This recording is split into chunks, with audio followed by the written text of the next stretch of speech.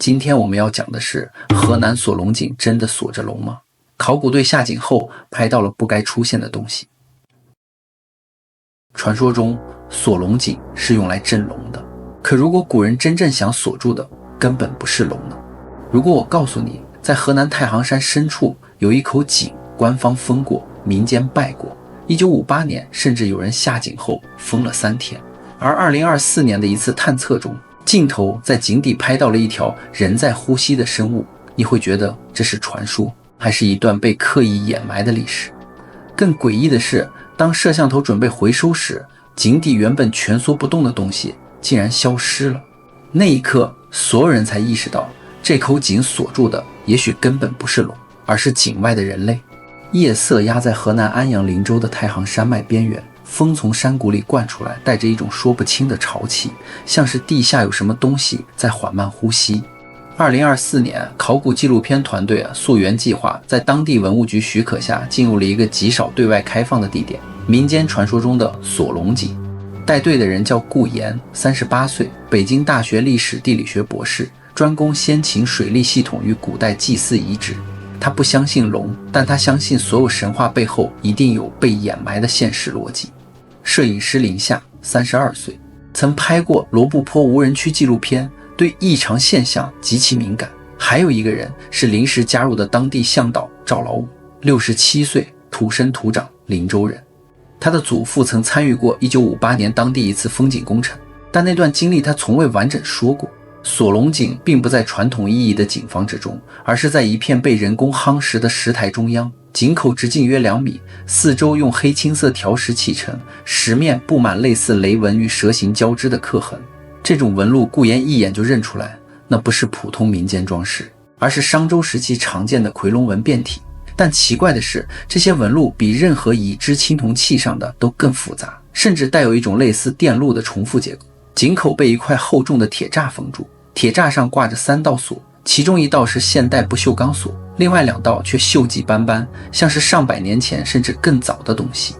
顾岩蹲下去，用手电照进井内，光束只照到约10米深的位置，再往下便被一层浓黑吞没，像是光被吸收了一样。林夏低声说了一句：“不对，这井不该这么深。”赵老五没有回答，只是从怀里摸出一张泛黄的纸，上面画着一个结构图。井口之下并不是单一竖井，而是呈螺旋向下的多层空间，像一个倒置的塔。顾岩皱眉问：“这图哪里来的？”赵老五说：“这是他祖父留下的，当年封井前有人下去过，回来之后封了3天3夜，只画了这张图，然后再也没说过一句完整的话。”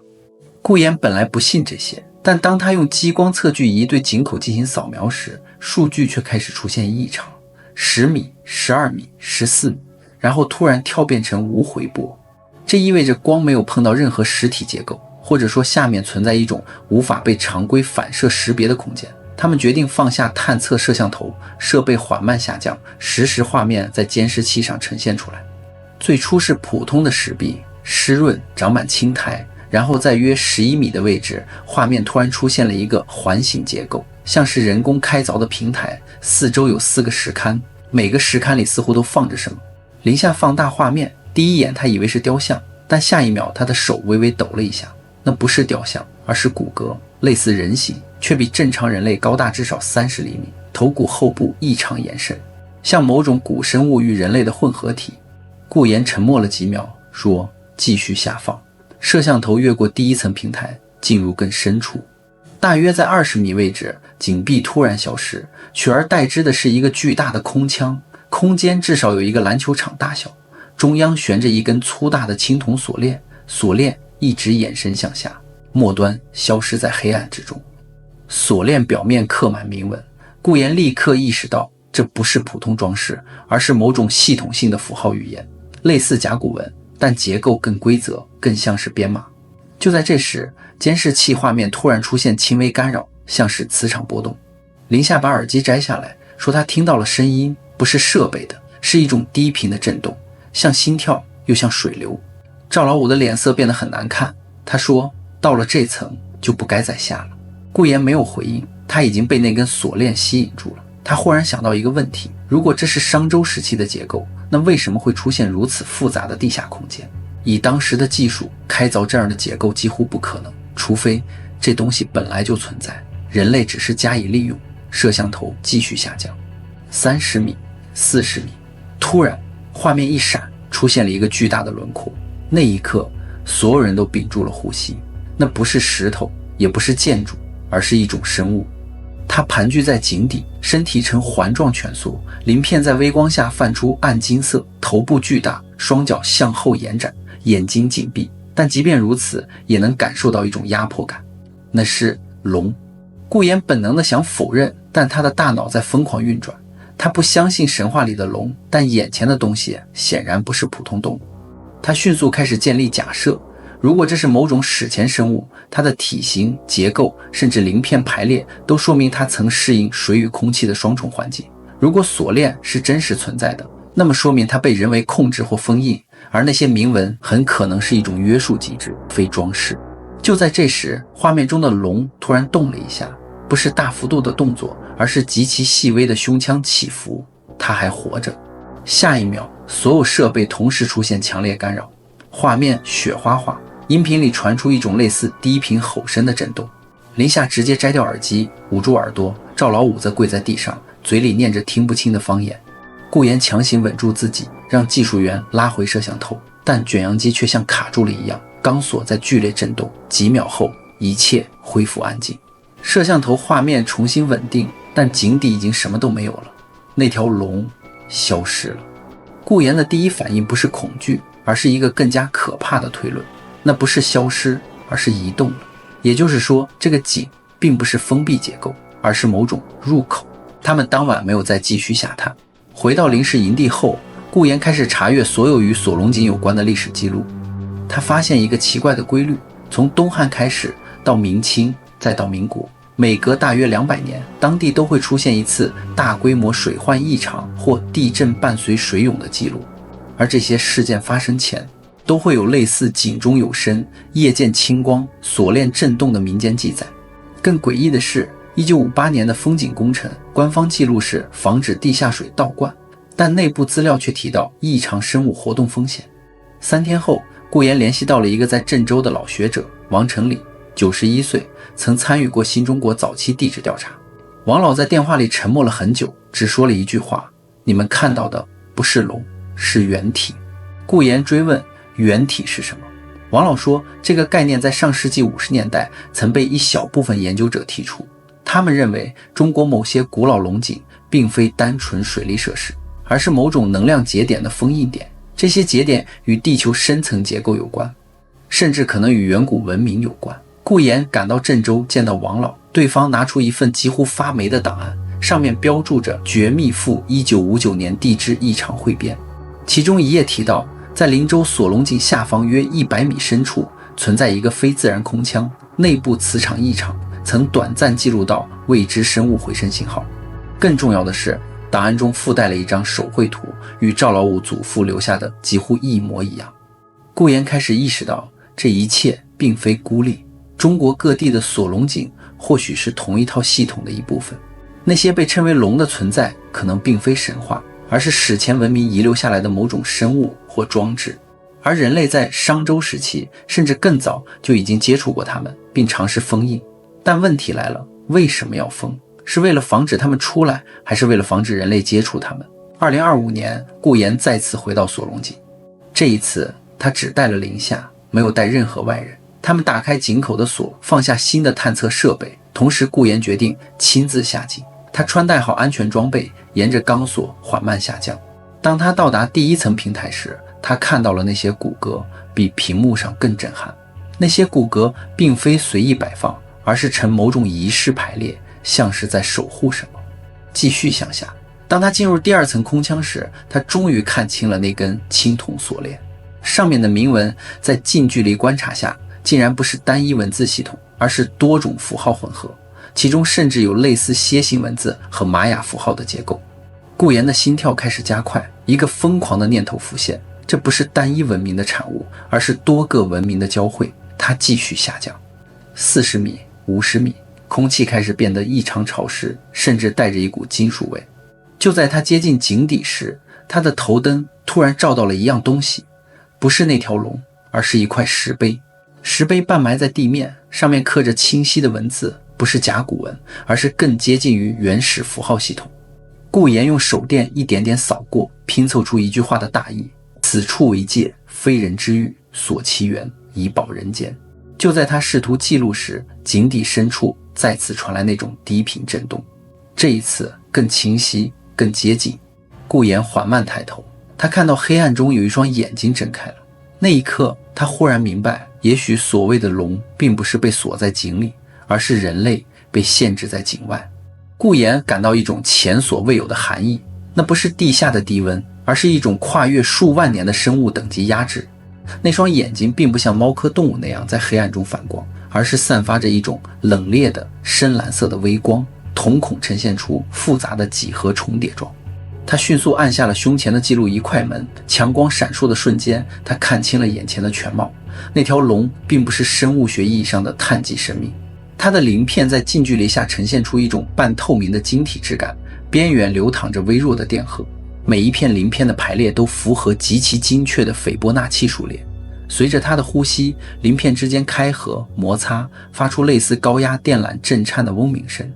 林夏，听得到吗？顾炎压低声音，无线电里只有刺耳的白噪音。他意识到这里的磁场强度已经超过了所有探测设备的屏蔽极限。根据麦克斯韦方程组的推演，如此强大的静磁场通常只存在于高能物理实验室的超导线圈周围。如果这口井底真的存在一个磁场源，那么那根连接井口的青铜锁链根本不是为了捆绑肉体，而是一个巨大的接地导体。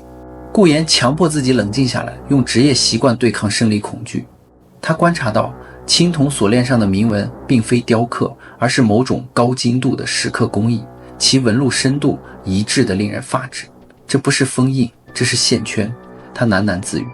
在现代凝聚态物理学中，有一种物质状态被称为拓扑绝缘体，其内部绝缘，但表面可以导电，且电子运动不受杂质干扰。顾炎大胆推测，眼前的生物可能是一种天然的拓扑凝聚态生命。